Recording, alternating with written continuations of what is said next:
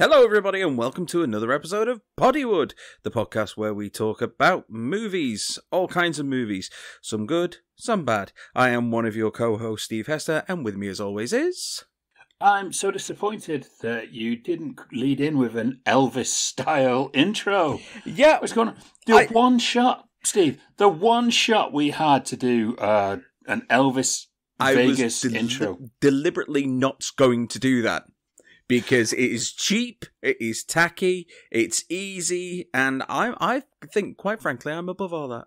Tell the audience who you are, come on. Place your bets, tip your waiter, hail to the king, and try the veal. I am Andrew Roger Carson, co-host of Poddywood, along with the lavishly ravishing Steve Hester. Yes.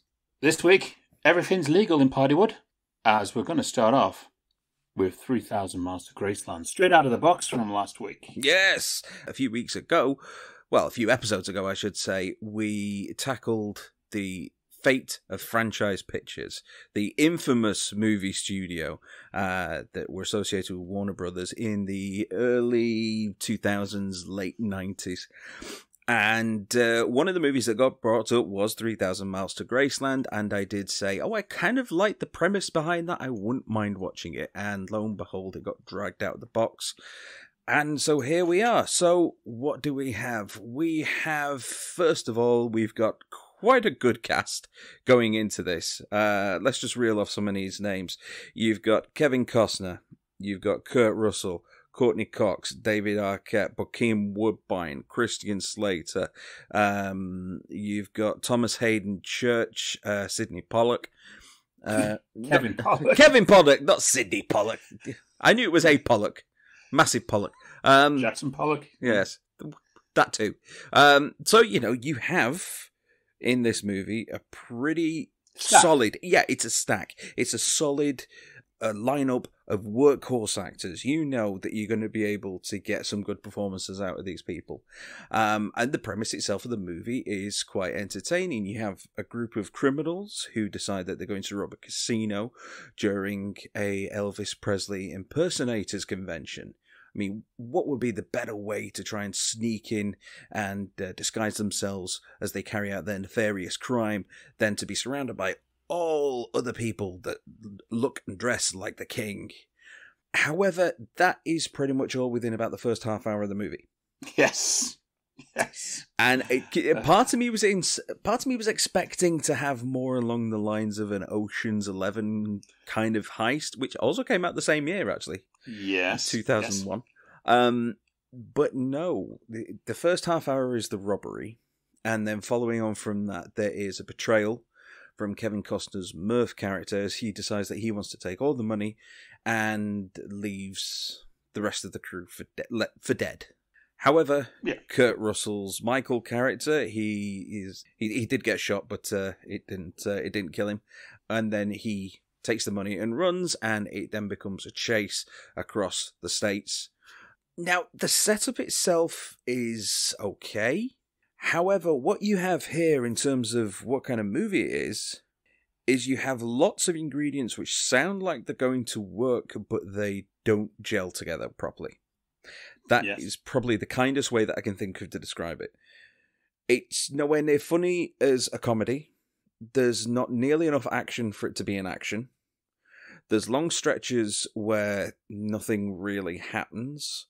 Things just kind of happen for the sake of them happening and then have no real kind of bearing on the plot.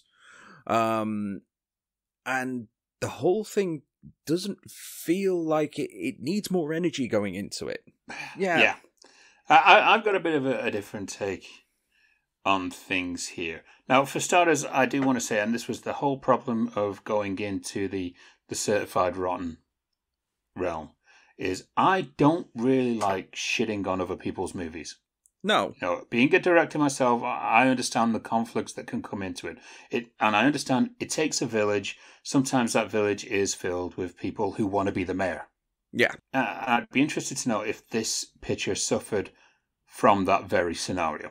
It entirely could be, because I think you've got the two of them butting heads off screen as well as on, haven't you?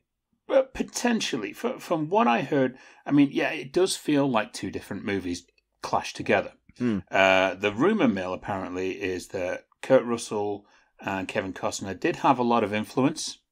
They didn't write the script, but I think they had a lot of influence, maybe on the edit, I'm not sure.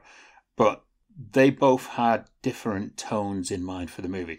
Costner wanted it more of an action movie, and apparently Kurt Russell wanted more of a comedy movie. And I think this is why, realistically, when you look at this movie, it's amazing that half of the plot of this movie relies solely on coincidence. A lot of it does, yeah. Yeah. And if anything, I feel that Damien Lichtenstein, who is the director... Which doesn't sound like a real name, does it? It sounds almost like an Alan Smithy kind of thing. Well, no, trust me. He's a real guy. And he's quite a celebrated music director, a music video director. And I think this was his first feature. And obviously franchise pictures like to push people out there. Mm-hmm. Roger Christian even.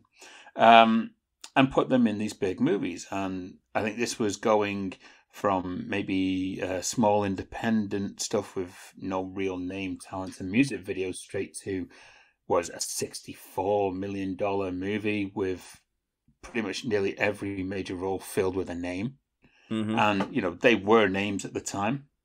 So I do feel kind of bad that, I mean, Damien Lichtenstein is not a name that is up there with, a lot of directors of the 2000s who has elevated highly. Yeah, I don't even think it's necessarily down to the direction, because there are some moments which work quite well. I think it's there are huge gaps of internal logic consistency within the script. There is, admittedly. Like, for example, Cheryl, Courtney Cox, at one point she just takes off with the car with all the money, leaving her son alone.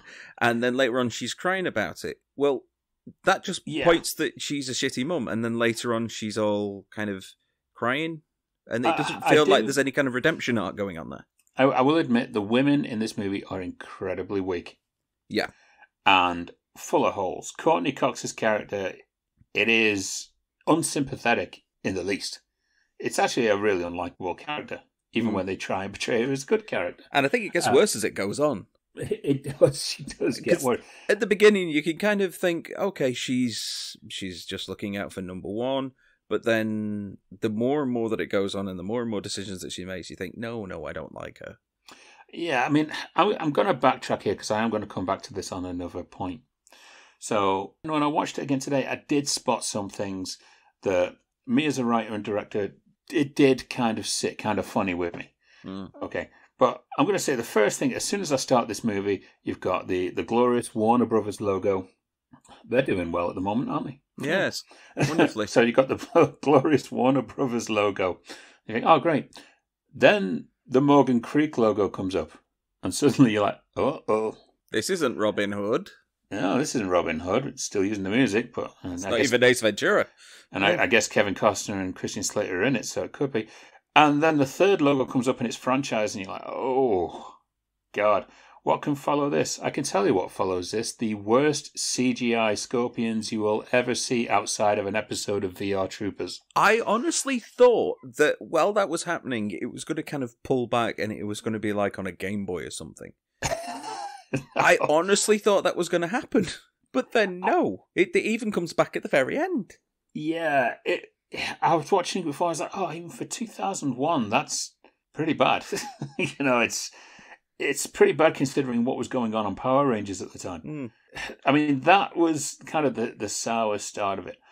But I can see where the appeal of the movie was working. Obviously, you had Ocean's 11 coming out. And I think the biggest problem with 3,000 Miles to Graceland, I mean, one, the way it was advertised made it seem a lot better movie. Yeah. It made it feel like you were about to see an Ocean's 11. It was all going to be the setup to the crime and stuff like that. No, as you said, the crime's over in the first 20 minutes. And it is the most unplanned robbery I think I've ever seen in a movie. Yeah, you want there to be more. You want there to be more of the planning. You want them to be scoping the place out. You want them to be putting all their pawns in the correct places on the chessboard before they actually go for the checkmate. But they don't. They just walk in all together. Kevin Costner assaults someone, which is a great way to draw attention to you.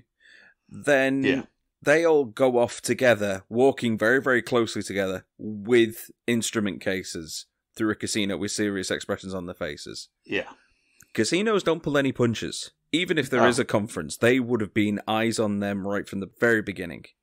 Yes. They don't react when Kurt Russell decides that he's going to spray the camera in the elevator. And of course, Bokeem Woodbine, the black guy, dies first. It's not even a horror film.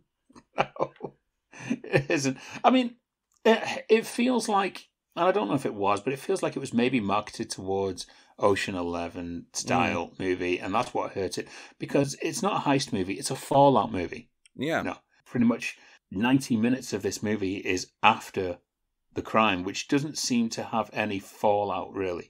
And people say, okay, well, Kevin Pollak and Thomas Hayden Church, and they feel like two characters who were added into it as a request They of feel reshoots. like they're from another film. Yeah, and Christian Slater I love. I think he's still one of the greatest actors, and I think there's so much mileage left in him to be uncovered. But he feels like he's in a better movie. Mm. He feels totally separate from this movie in the scenes he's in. And it's almost like, did he feel this was a different type of movie going in? But in saying that, there's a great appeal here in seeing the two competing Wyatt Earps face off against each other. Tombstone and Warner Brothers Wyatt Earp, in case you don't know what I'm talking about, were played by Kurt Russell and Kevin Costner. And Tombstone was the better movie. Sorry, Bill. I mentioned about Courtney Cox's character, and I can't really get around talking about that sex scene. Yeah, it starts off kind of funny, and they're doing a position that I've never seen before. The next thing you know, her son, who's like about 10 or 11, crawls into the room while his mum is being screwed by a complete stranger to steal the guy's wallet. And the thing is, he's not even fazed by it. So that means he's done this. He's seen this many times before. It's like, oh, Mum, it's like the fifth guy this week. Okay, fine. I'll just help myself. I'll go get the gun. No, she's a terrible in this. She's a terrible mum. You really can't trust the character at all. With a terrible kid, to be honest. Yeah. The most annoying child in movie history. He's an unlikable child. Yes. You actually want something bad to happen to him, just to get him out the film. But yeah, going back to Kevin Costner and Kurt Russell, both of them I love. Yeah. And I think that if you look at some of Kurt Russell's characters, they all do have that kind of slight, swaggering charm to them, the likes of Snake Plissken and the character that he played in Overboard. I can't remember what the name of the character was. But they all have this kind of like, this charm, this swagger to him. So that suits him. Kevin Costner doesn't suit being the villain. He suits more being that like father figure that he was in Man of Steel, that Jonathan Kent kind of look. Well, to be honest, no, I'm going to go against that a little bit. I mean, in this, he definitely went in a different place than he is used to. He was playing, I think you've only got to see the wombat scene to really appreciate how far out of his comfort zone he went. But, I remember seeing him in Mr. Brooks, right, where he's playing, I don't even know if you'd call it an anti-hero. He is a serial killer in the movie, and it kind of, I guess, predates Dexter a little bit by a year or so. And he is fantastic in that role. But in this, I think it called for, I don't know, there's something off about it, but I think it is because we are so used to seeing Kevin Costner in that dependable American boy, lovable guy. It's if Kevin Costner's in a movie, we can depend on Kevin Costner. We're right behind him. He's like the more Housewives' choice Tom Hanks. Yeah, okay. Yeah, the Hallmark Channel Tom Hanks. Don't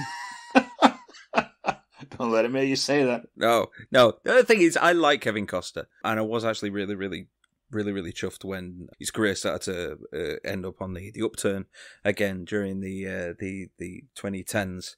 Because I like the guy.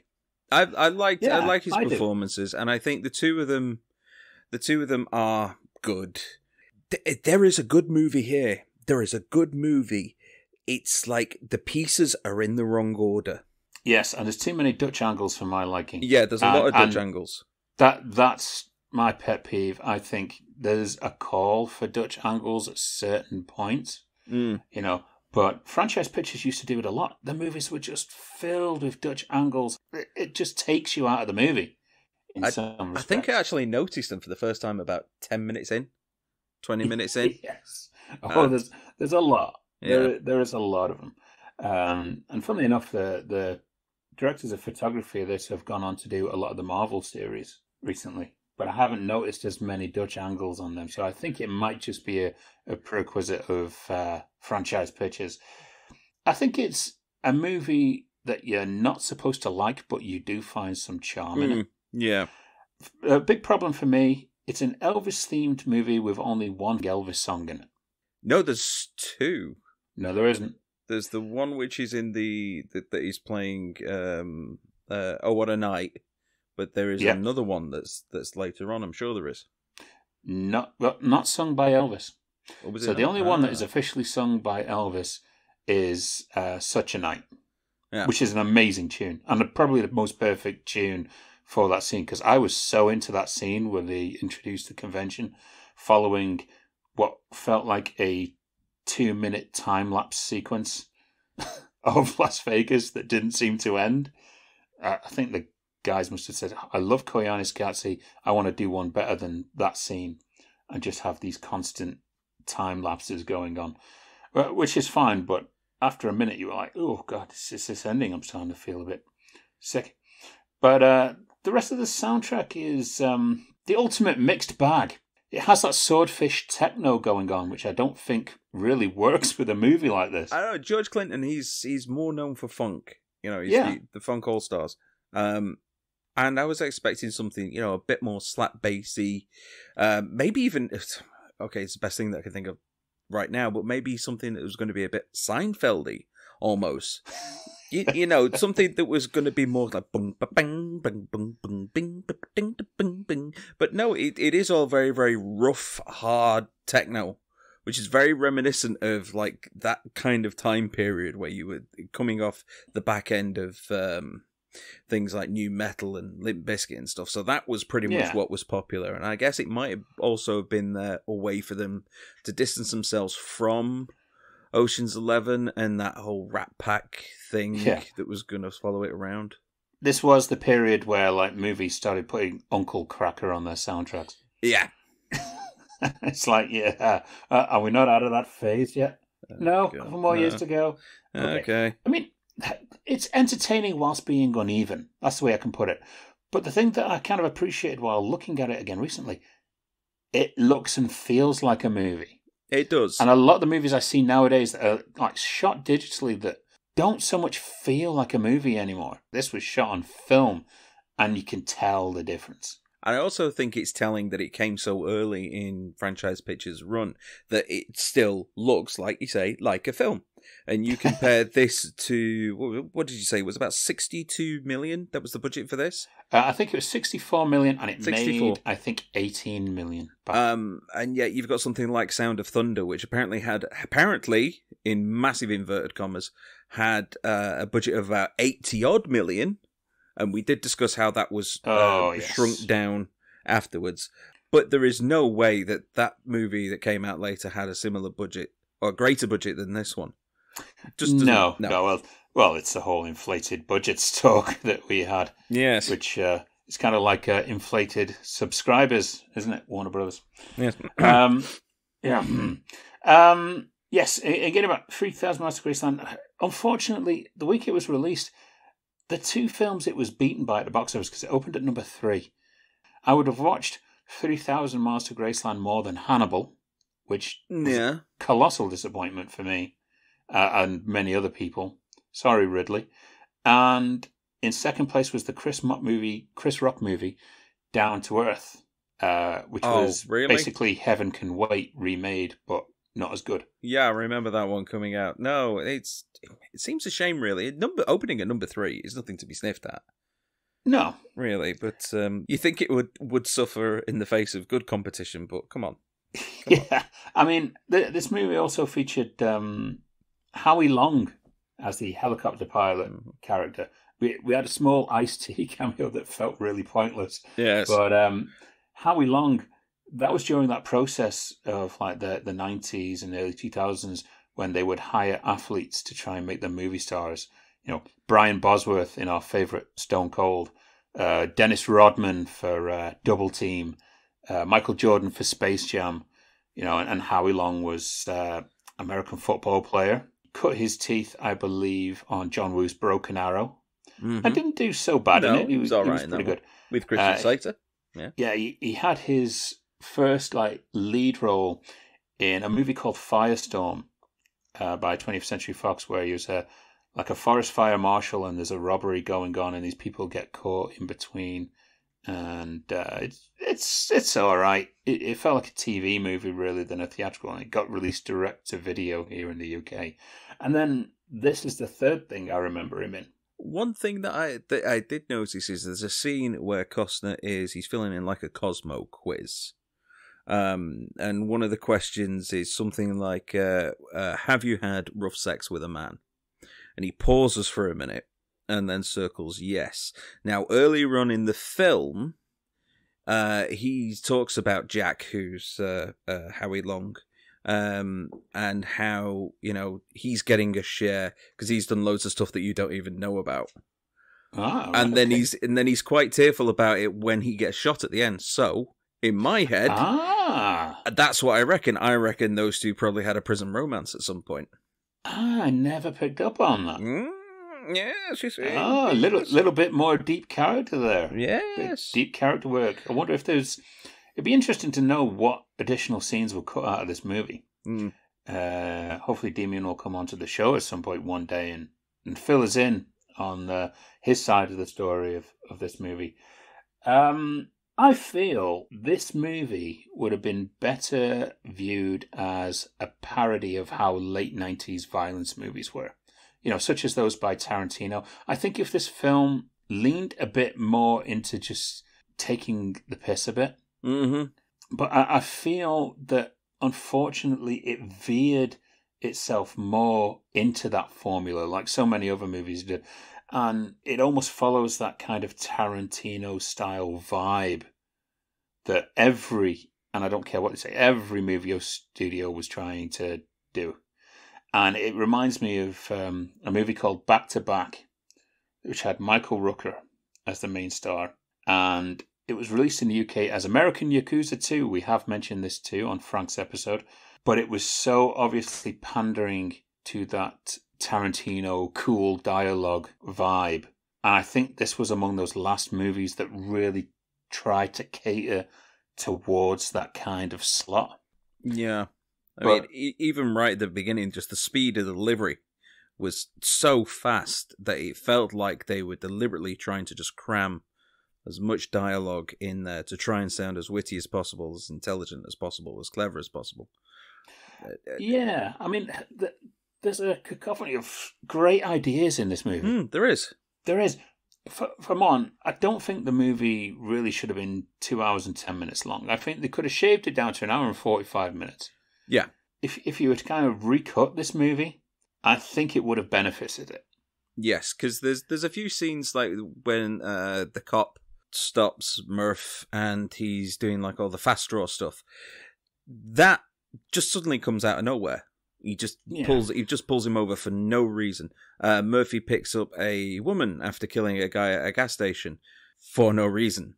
And then she leaves for no reason. And you think, okay, no, just jettison all that, streamline it down. Just tighten everything up. You can show that Murph's an arsehole in other ways. You can show the Courtney Cox's relationship with a kid by tightening up certain scenes that are going on over here. You don't need to. There's a lot of bloat in it. And I think this is one of those movies, like you say, do a recut. Even now, lose about 25, maybe 30 minutes. And you would have a really tight movie that would work so much better than what we currently have. Yeah, I know movies like these, I mean, probably have a huge amount of footage in the vault from other characters. And I feel there was a lot more from Slater, Arquette, and Bokeem. I'd like to think there was a lot more prior to leading up to that robbery. And I think major elements of Courtney Cox's character should be phased out. Mm. How you do that with keeping like those scenes is kind of hard. John Lovitz, and I love John Lovitz, but he is really kind of expendable. Yeah. And I felt there was so much more that could have been done on him. And standout for me, the gas station abused daughter. Yeah. How amazing is that actress? I know. She should have got so much more screen time. I think she was like a lost gem in this movie. I had a feeling when I first saw it was going to do the whole The Getaway. If you ever saw the movie The Getaway, either version of it, there's Steve McQueen's version or the Alec Baldwin, Kim Basinger version. And there's a Meg Tilly character who ends up getting kidnapped by Michael Madsen, and then she ends up with him. And I always thought that was going to be along those lines.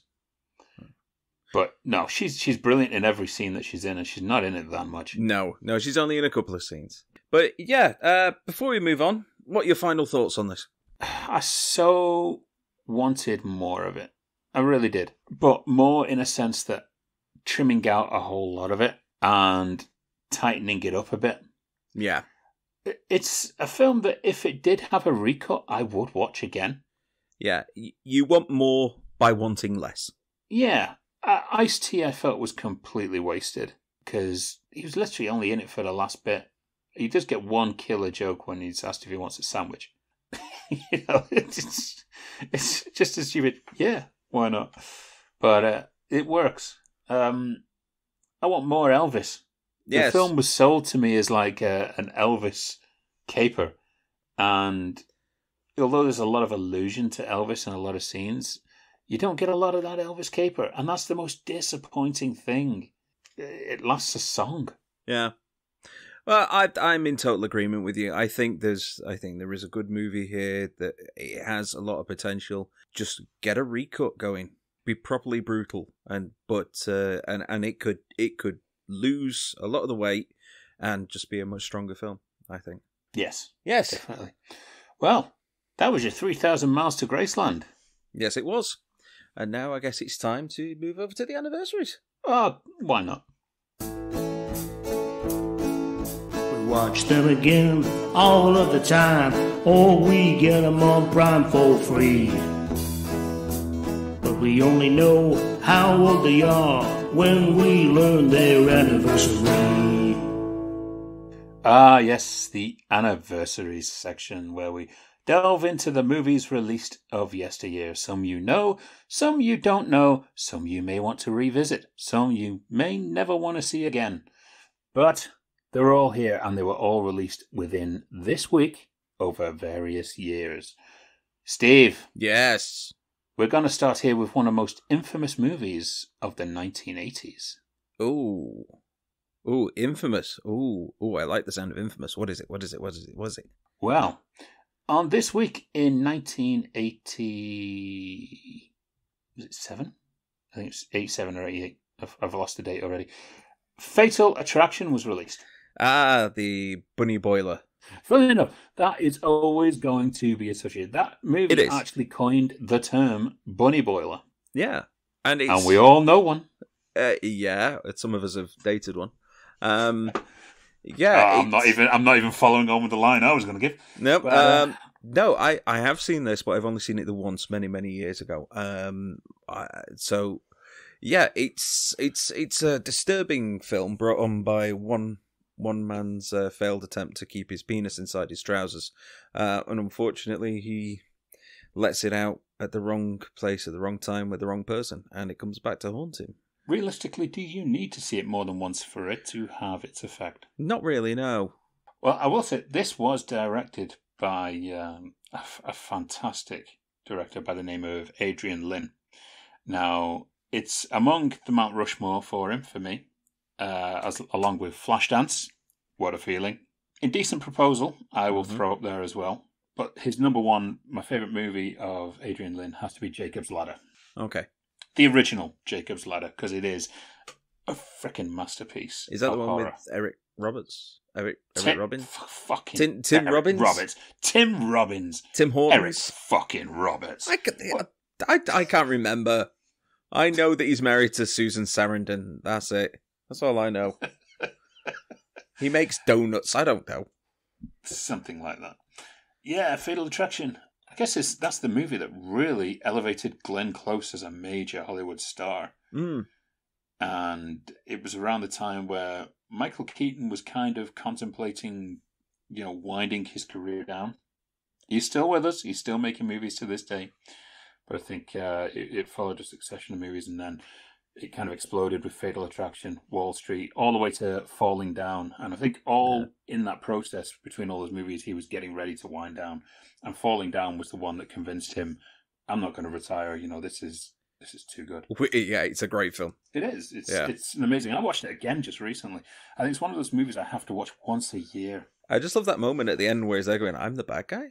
Yeah, it was one of those really sympathetic characters, but you don't know why you're sympathetic towards them. But I have been to most of those locations where that movie was shot these days. I think it's because there's lots of things that he goes through that we kind of identify with ourselves, and the annoyances like traffic, and you go for a burger and it's advertised as being like 2 inches thick, and you get something that looks like it's been sat on for a week. There's little minor annoyances which kind of pile up through day-to-day life that all of a sudden you want to explode, but you can't. Yeah, he does. Anyway, this isn't talking about Fatal Attraction, is it? No. I think it's one of those movies that also makes you forget you're talking about Fatal Attraction. Sorry, Adrian, we were talking about your movie. It will not be ignored by you, Andrew. Well, Fatal Attraction, it's an amazing movie. It really is. And it still holds up to this day. And it's weird in watching it again this past week. I really miss Anne Archer. Where are you, Anne Archer? Don't know. Why is Hollywood movies not putting you in those roles anymore? Now, I'm hoping you're not one of those actresses that fall to Hallmark, even though, Hallmark has some great talent. But... Like Kevin Costner. I can imagine Kevin in one of those Christmas jumpers. Oh, God. No. Quick candle shop. Falling in love with an executive from out of town that's come to his sleepy, small, suburban home round about Christmas. To visit her mother. Yeah. While watching Fatal Attraction. Which ending do you think is the best? Because it famously did have a reshoot ending. I did not watch the alternative ending.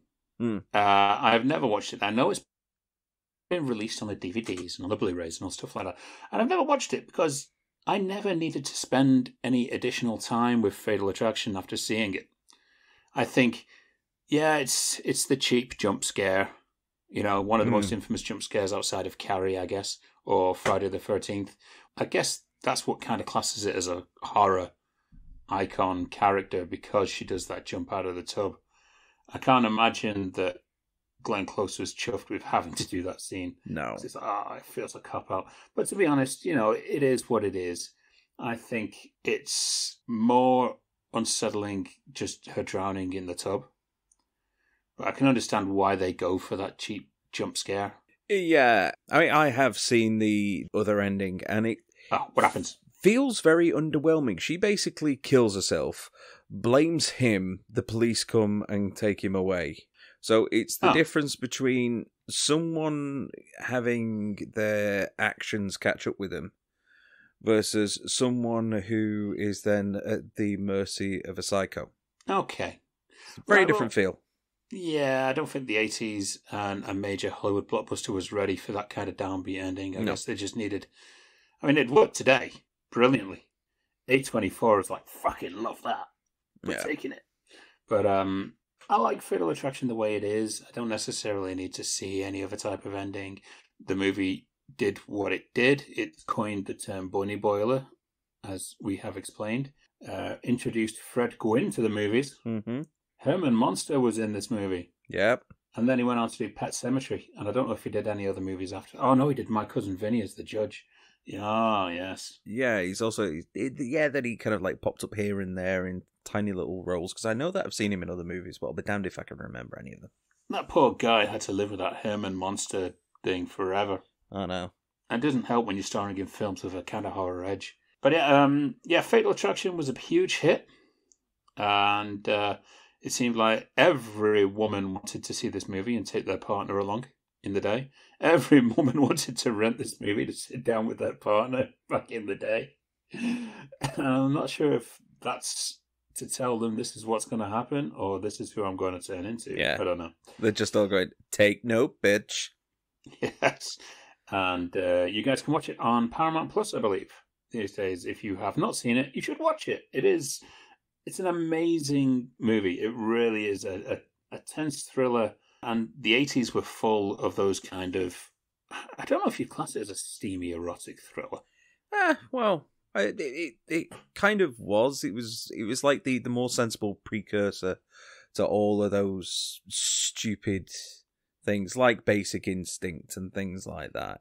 Yeah. I think watching it now, it speaks a hell of a lot more on the whole mental illness issue. To the point where you're sympathetic with her in that sense. Yeah. But it's interesting. For those of you who do go out and watch it for the first time, send us some notes on Facebook or on Twitter or anything like that. Let us know anything you pick up from it, what you feel about it. We want to know. Engage with us, people. Yes, we like it when you engage with us. At Poddywood. That's what you need to look for. At Poddywood, yes. Okay, well, that was 87. Let's jump to 97. Okay. Oh, dear. Uh-oh, what? Here's a movie I had so much hope for. It's not Space Jam, is it? No. It's the movie Spawn. Oh, God, yes. New Line Cinema. New Line. Before Lord of the Rings made them good.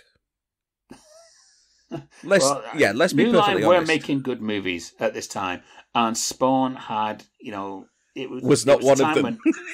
No, it wasn't. It wasn't.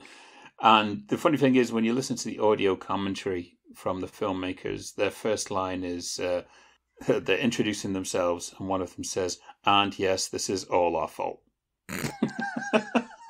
So, I mean, this sounds like there was so many ideas going in, and then I'm going to tell you here, Spawn, the comic book, the stories, it is not PG-13. No, it's proper rated R. Yeah, I mean, this was kind of the alternative Deadpool, and there are kind of similarities between both characters. Really, it's quite bizarre, because Spawn also talks in the third person, and has humorous lines. He is also massively scarred. Yeah, he also wears a costume that is strikingly like Deadpool with the eyes, in certain respects. Yeah. But Spawn was a much darker. It was talking about, the battle against hell and demons and all stuff like that. This was never meant to be a PG-13 movie. And I was talking with someone in the Sheen camp, and they said, "Oh my God, did you see that superhero movie my dad did? Called Spawn?" Yeah, I'd actually forgotten that Martin Sheen was in that. And you just mentioned that then, yeah. With the greatest dye job I think I've ever seen him do. Oh God, yeah, he looked like Robert Patrick in Double Dragon. You got Michael Jai White, Black Dynamite himself, mm-hmm. And this was very early in his career. I think I'd only seen him in a very small part playing a homosexual carjacker in 2 Days in the Valley, and then he was an accomplished martial artist, and obviously he'd impressed someone to the point that this guy could be Spawn, and it's not the kindest acting he has delivered. Yeah, but realistically, the character doesn't need anything more than that. The character needs you to be... It's not like Deadpool, where you do need to have that kind of really snappy wit rolling off the tongue. Spawn is dark, it's brooding, it's gruff, it's... And it's also filled with some really bad CGI for its day. Oh, shockingly bad. Yeah, shockingly bad in some areas. And it also feels like it was taking that Batman and Robin approach at some point, where it's like, we need some toys. Let's have him make this motorbike into this weird cocoon type thing. Yeah, and then they had a field day as well with John Leguizamo. And right. I've got to admit, he was giving it his all. Oh, he probably was. But the problem was he was giving it maybe too much. Or everyone wasn't giving it enough. So he properly stands out, and I'm not entirely sure it's for the right reasons. Because his performance is brilliant. He's definitely the center of attention every time that he's on screen. But because everyone else is so kind of low key and more flat, it comes across sometimes as overwhelming. Yeah, that's a really good point, actually. Leguizamo absolutely is having the time of his life. Oh, he properly is nails ramped up to 15 on the 1 to 10 scale. Yeah. Right? To where every other person is seriously out-acted. Yeah. And, you know... He's trying to make up for Super Mario Brothers. oh, yeah. So, you don't like my Luigi Mario, eh? And he's Puerto Rican. He's not even Italian. He's still carrying over some of that Luigi. He was like, I've done my Benny Blanco from the Bronx. Now I'm going to get to play a really fat clown in a clown suit. And he's a natural comedian as well. Yeah. So he was obviously very at home with it. I think he realized, I'm not going to take this too seriously. I mean, look what we've got to work with. Let's just have some fun. He knows it's kind of aimed at kids, so he's bringing the booger jokes and the fart jokes. Yeah. You know, and I think he's Michael Myers-ing it. Yeah. I think that'd be fair. Michael Myers or Mike Myers. Mike Myers. Yeah, not Michael Myers. Well, though, I don't know. I think he kills a few people in the film, so yeah. Yes, I've never seen Michael Myers in Halloween, like, lighting his farts. I'd pay to see that. Yeah, he lights his pumpkins with a match. He's a funny guy, and I remember I've seen one of his stand-up shows on Netflix, and I quite enjoyed it. But I do remember hearing that he was basically kind of crouching throughout the whole time he was in that outfit. Yeah. So he's like, his knees were just pretty much ruined by that movie because he was kind of squatting down almost to fit into the suit. Yes. So that must have been really uncomfortable for him, as well as hot and sweaty, and you can't hear a damn thing because you've got a load of latex foam all around your head. So that can't have been a pleasant experience. So seeing how much effort he put into it speaks volumes about him as a performer. I mean, let's face it, the 90s was very hit and miss with comic book movies. I mean, you look back at all the comic book movies of the 90s compared to what you get nowadays. Mm-hmm. It's a totally different game. It's a crapshoot altogether. Yeah. Right? You know, this is when executives were pushing out the movies that they thought these comic books were. And they were like, we don't want any expert opinion on them. We're just going to make our own versions of them. Let's make the toy lines. Yeah. I mean, Spawn, it's one of those movies, if it's on, I will watch it. Because I think deep down, I'm like, I really want this to be a better movie. I mean, nothing against the director, Mark A.Z. Dip is his name. That's the most initials I've ever seen in a name. Mazd, I'm sure, was his name. But when you look at his resume, I mean, he was into visual effects. That was where his background was. So he did visual effects on Jurassic Park, The Abyss, The Hunt for Red October, and a whole load of movies like that, you know, really accomplished in that field. And it must be so disheartening for all those visual effects to be so undersold by this movie.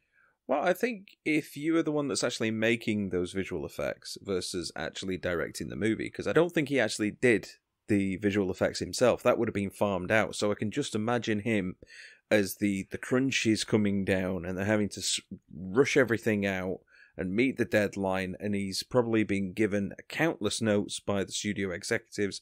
Oh, it's got to have this, it's got to have that, you need to do this, you need to do that, we need to make a toy out of this. And then this abomination, even for the mid-90s, this abomination of a CGI fight sequence comes through. Yeah, your heart must have just dropped out of his chest, especially if he's there thinking, I made those raptors in Jurassic Park. It's terrifying. The one that really, really gets me is the beast down in hell, which is, I'm guessing, what the devil or whatever it is. That doesn't move its mouth. It's horrible. Yeah. Really is. And I'm not even saying the dragons in Dungeons and Dragons like 2 years later were any better, but they were. It's horrible to look at nowadays thinking, oh my God, you know, this is like PlayStation 1 level graphics in a major motion picture. And I feel they might have been just rushed. Maybe they just couldn't get what they wanted. And it's like, oh shit, farm it out. Tell them they've got to make this beast. It kind of looks like this. and they just made this version that looks like something off Poppy Playtime. Yeah, You know, it looks like what you'd get if you shaved a wampa. Yes, actually, that's a good point. You know, it's all this little wiry hair and the horns coming out and these big spindly arms and this wide open jaw just going. It's shocking. Do you think that they should do a remake of it? Do a reboot? Well, they are planning a remake of it, and I know it's kind of in the development stages. It'll be interesting to see. I think it was scheduled to come out in 2023, last I heard. But with all movies, everything's kind of just shifting dates nowadays. You can never rely on anything. Funny you mentioned that with the Beast. I never really made the connection that whatever made the voice of that Beast may have also been the Cave of Wonders in Aladdin. Yeah, I don't know if it That's was the Frank same. Welker all over, isn't it? Come on. Was it Frank we know Welker? It's got to be you, Frank. Yeah. No one does that deep voice better than Frank Welker. Yeah, or Shaggy. We know it's you, and I mean the cartoon Shaggy, not the Shaggy. I don't mean him. Yeah, because Frank send you back to Earth. Yeah, Frank Welker is the voice of Shaggy. I didn't know that. Yeah, and was that before or after Matthew Lillard stole it from him? Sorry, not Shaggy. What am I talking about? No, Fred. Fred, it was Casey Kasem, the radio DJ. He was the voice of Shaggy for ages. Yes, go back to episode 50 if you don't know what we're talking about. Yeah. Spawn, it still holds a lot of pain to this day because I really wanted it to be good. And every time I see it now, I still want it to be good. And this was like released right around the same time as Mortal Kombat Annihilation. From the same fucking studio. Yeah, Jesus Christ. It was like a 1-2 punch of shite. Yeah, that's the double bill no one ever wanted. No. But yeah, Spawn was released in 1997. See it with extremely low expectations. You won't be disappointed. If you're a Spawn fan, you will be disappointed. Yeah. Wait till they do a remake and completely balls it up again. Yes. Okay, what's next? Okay. Honorary mention here because it's not going the usual timeline, but in 1989, in the US at least, because the UK got it a bit later, Ridley Scott's Black Rain was released. Okay. Yet again, I have seen this. It was a long time ago. I can't really remember that much about it, I'm afraid. Yes, the most Tony Scott-looking Ridley Scott movie ever made. I love this. I will go and admit, I think it's one of the most undervalued movies ever made. I personally would have this as maybe the fifth head on Ridley Scott's Mount Rushmore, because I always said, I've mentioned this before, I think The Martian, Blade Runner, Thelma and Louise and Gladiator are Ridley Scott's greatest contributions to cinema. No way. Controversial, I know, I'm going to get some shit for it, but that's my personal thing. But Black Rain, for me, is an amazing movie. It really is. Like I said, it has been so long since I've seen this, I can't really talk about it because I can't remember much about it. I have seen it. I know he's like a cop in China. Is it China or Japan? Japan. Japan. Okay. Yeah, I mean, this was probably among those titles that before Andy Garcia got really big. I know he was in The Untouchables and he was in, I think it was 8 Million Ways to Die or something like that beforehand. Oh. But this was a movie where he was a supporting character but really elevated him before he did The Godfather Part 3. Before you do actually move on, that has reminded me when you're mentioning The Untouchables. 1, brilliant film. 2, the gun range scene, as they're kind of panning across the backs of the people, the cadets that are all waiting to shoot the guns. One of the guys who's got his back to the camera is John Barrowman. Really? Really. And I remember this because on Children's BBC here in the UK, which used to air between about 3:30 and 6 p.m. on weekdays, there was a program called The Movie Game. Oh, yes. Do you remember that? The Movie Game, yeah. Yeah. I do remember The Movie Game, yeah. And John Barrowman hosted that one years before he ended up doing Torchwood and all the rest of it. And oh my God, yeah, he was the host of that. Yeah, and they played that clip. Connection. They played that clip, and he was like, "That's me in that film." Yes, none of you kids can watch this movie. No. But that is me. Just to let you know that I'm not just a game show announcer. Yeah. So anyway, that's my tuppence worth to show. He shared screen time with Andy Garcia. So you do like 6 degrees of separation, 7 degrees of separation. You can go from Billy Piper to I don't know. You find John someone. Barrowman. Yeah, Wow. Sean Connery. I don't know. That's an amazing piece of trivia that I would never have known in a million years. Yeah. Black Rain. I am going to tell every single person who has not seen this movie that you need to see this movie. It is really not even a pro-American movie. And it's not really a pro-Japanese movie either.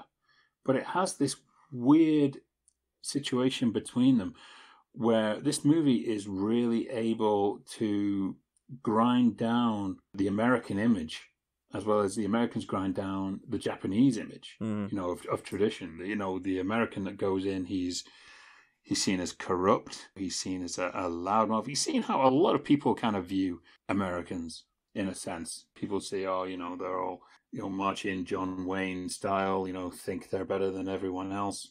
Whereas the Japanese are pictured as very stoic, emotionless, very stoic, almost robotic-like. Yeah. And, this amazing talk, this amazing scene where the Japanese crime boss, when he meet up with Michael Douglas in the movie. Michael Douglas, again, he's leading the show. Falling Down, Fatal Attraction, Black Rain. Where's it all going to end? Where they actually talk about how America forces its ideals on people and, teaches the youth, what they should be doing and great and forcing all of the values on them and shunning the tradition that the Japanese have and how it affects the youth in Japan nowadays and things like that. And it's really deep. I'm thinking, wow, I've never really seen a movie kind of grapple that in a sense with the meeting of these like two worlds together. And I think it's very undervalued in that sense because I love a lot of Japanese cinema. I love a lot of American cinema. I love a lot of cinema in general. And this was a film that really did kind of touch on the meeting of both of these cultures. And I know someone out there is going to say, oh, well, The Last Samurai did the same thing. Well, yeah, in a way. But this was, a good 13, 14 years before that. What about Rising Sun? Well, that was 1993. And Right. while a really good movie and undervalued, I think that had more to talk on the whole racism factor. Yeah. Because that film's so fueled by racism between black, Japanese, the LAPD, everything. It's like, I don't think anyone likes anyone in that movie. But there's some beautiful connection here between Michael Douglas's character and the character of Moss, who is the Japanese detective. And they're at odds all the way through the movie because of their clash of ideals. And when they finally get together, it feels so genuine when they team up and the reasons why they team up.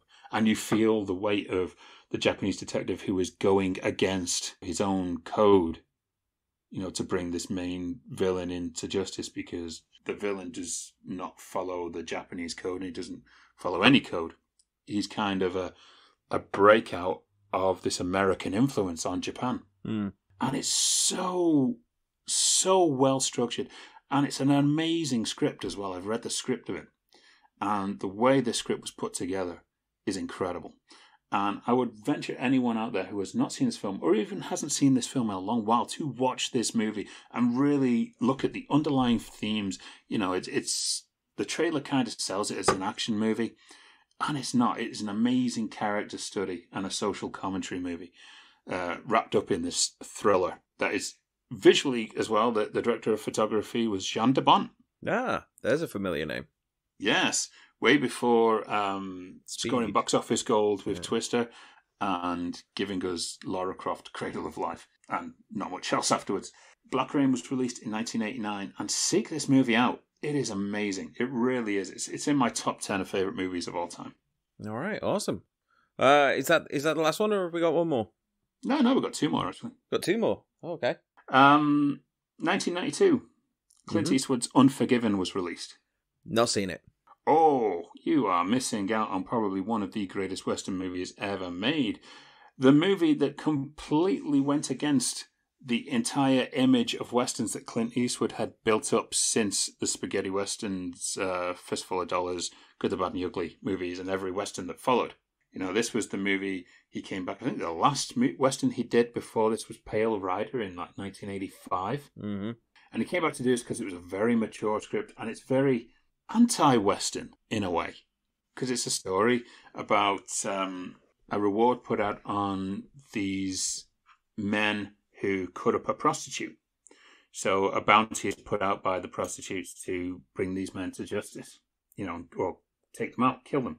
Because the town sheriff, played brilliantly by Gene Hackman, won't do anything. He kind of lets them get off with it.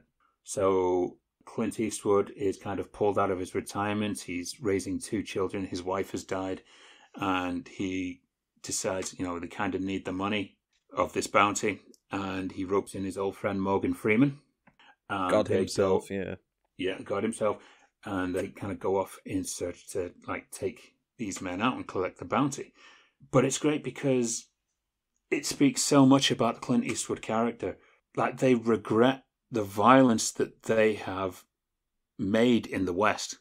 And it's almost like this fitting metaphor of Clint Eastwood saying, all of these movies where I was just this guy going and shooting people all through the West mercilessly, is it something that he maybe regrets?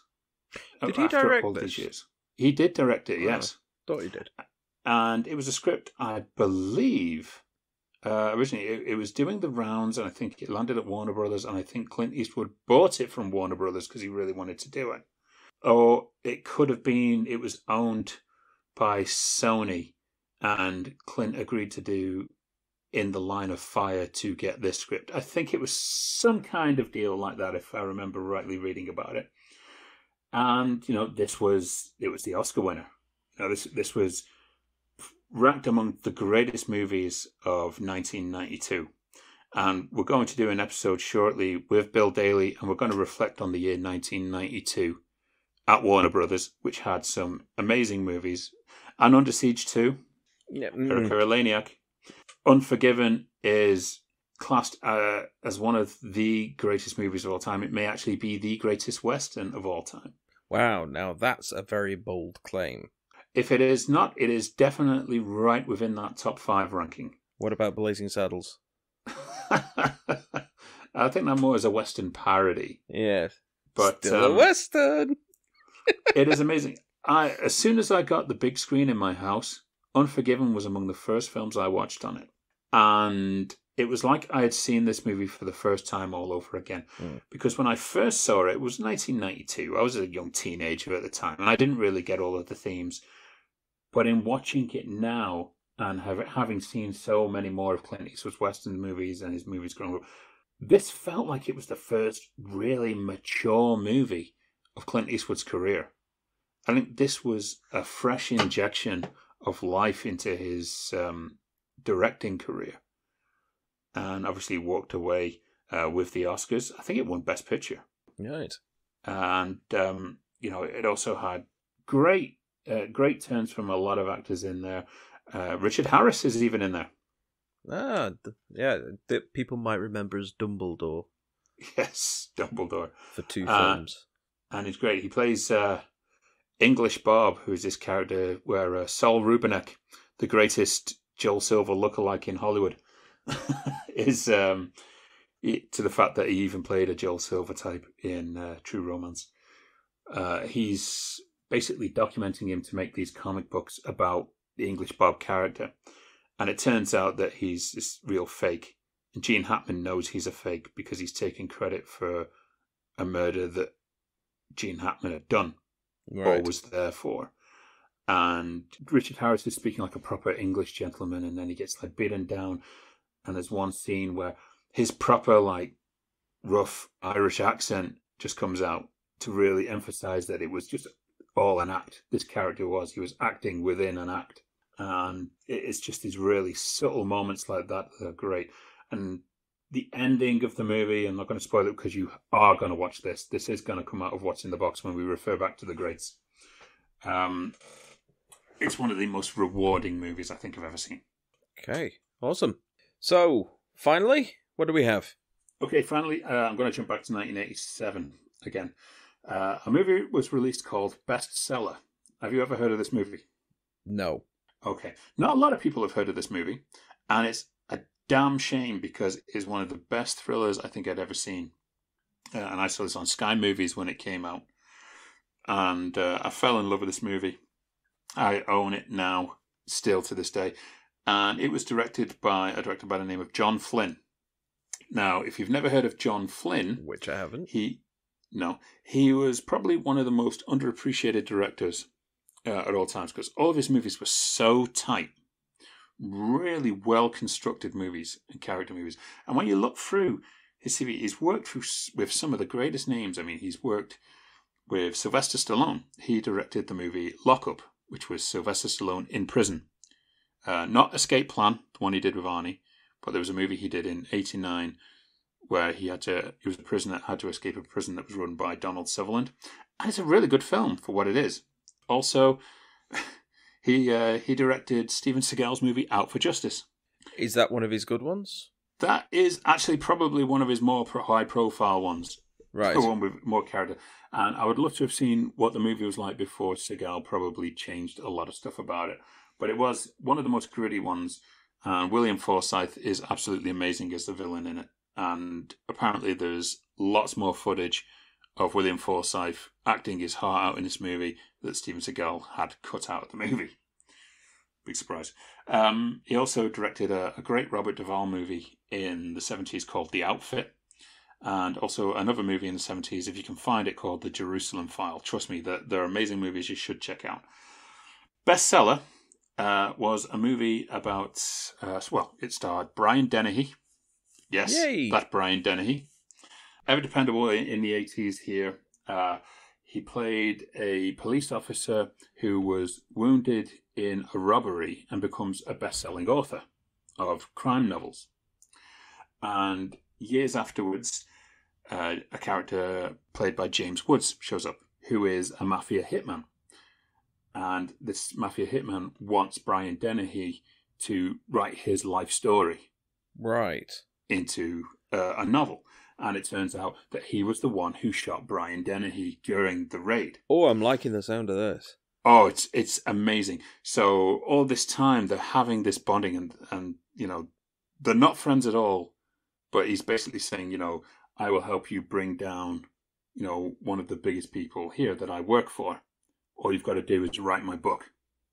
And James Woods' character takes him through, he takes him to locations of where he'd done all of his hits. Mm-hmm. And all the people he took out and stuff like that. It is phenomenal.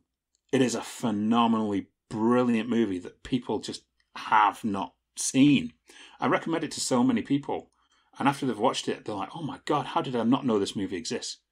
And it is an amazing film that you've got to find. I think at the moment it's on Amazon Prime's MGM channel. I think you can find it on there, but I'm sure you can find it on streaming somewhere. And it is packed full of great performances. The story is so well written. And it's a personal favourite of mine. As soon as I saw it was released in 87 this week, it's like, I've got to include it this week as an honourable mention. Bestseller is a movie you have to go and see. Yeah, because usually you kind of only have one from a specific year, but this time around, gone back to that well a few times. It sounds like you pulled out a gem. Yeah, definitely. And I recommend, Steve, it's something, even though it's not on What's in the Box, it's something that you should take the time out to watch. And maybe we can talk about it next week if you do get to see it. Okay, well, I'll try my best. Which means I'll probably end up video gaming because I'm a Philistine. Yeah, I've done so much video gaming recently. I don't know what's going on with my life. Well, there's nothing wrong with that. There's some brilliant ones out there. However, this is not a show about video games. This is a show about movies. And we have one section left. What's in the box? What's in the box? What's in the box? What's in the box? Ooh. Usually it's the part of the show that you all want to get to anxiously. Now, probably not so much. Yeah, I do always find it kind of weird that people really do love What's in the Box and they really look forward to it. But I've had so many people saying, oh, why would you inflict that on poor Steve? Well, you've inflicted some other stuff on me. Yeah, Casualties of War stands a year out. ago when I pushed you off a bouncy castle. Yes, the footage Available on the Facebook page for anyone who wants to see. Yes. Oh, that was a fun day actually. So anyway, what's in the bargain bin box? Yes, what's in the bargain bin box is the part of the show where previously you would try and improve my movie education by giving us good films that you were going to pull out of a box and then make me watch. This time around, we're going for the other end of the Rotten Tomato barrel.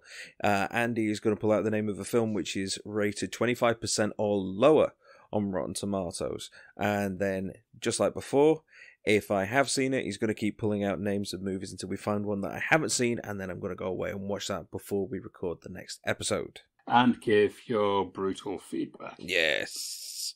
Or you may even like it. You never know. I liked 8mm. Yeah, and you didn't think 3,000 Miles to Graceland was too bad, so... No. There's some stuff about it that worked. Yeah. This time, if you haven't seen this, it's going to be a fucking challenge. Cheers. Steve. Yeah. Have you seen An American Werewolf in Paris? Oh, no. Well, guess what? Oh. You're going to be watching An American Werewolf in Paris. Yeah. Oh my god, this feels cruel. Is there any Jenny Agutter in it? No. Oh, Got Julie Delpy though. Okay. You know, the other stuff she does apart from the Before Sunrise movies. Sitting at 7% rotten. Oh. 7%. That is so close to...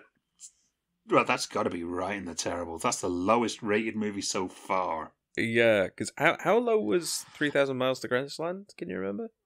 That was... I think that was 18 or something like that. And I think 8mm was around about 23. Round about there, wasn't it? But we're sinking lower and lower. Jesus. You thought of this concept of going, into the green, but you're not going to thank me for this. Have you seen An American Werewolf in London? I have, yeah. Yeah, in that case, it's going to be a really bad experience for you. Holy shitballs. Okay.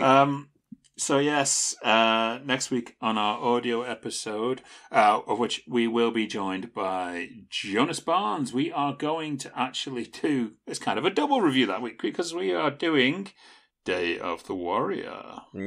Yes, we are. We'll fill you in on that one as we get closer to the show, but this is a movie you can watch for free on YouTube, and you'll thank us. Yes. So while I go away and lick my wounds, possibly with a silver spoon in my mouth, I'm going to say that is it now for this week's episode of Poddywood. Thank you very much for joining us. If you want to comment on anything that you've heard in the show, like we said earlier, you can hop over to Facebook, Twitter, Reddit, or look for @Poddywood, and you'll be able to find us there. We want to know what you think about the subjects that we've covered this week. So do get in touch. Yes. For now, though, it is a goodbye from me. It's a goodbye from me, too. We will see you on our next audio and video episode. Please join us. And if you want to check out the previous video episodes that we've done, then just hop over to our YouTube channel, Poddywood. And we will see you next time. Bye.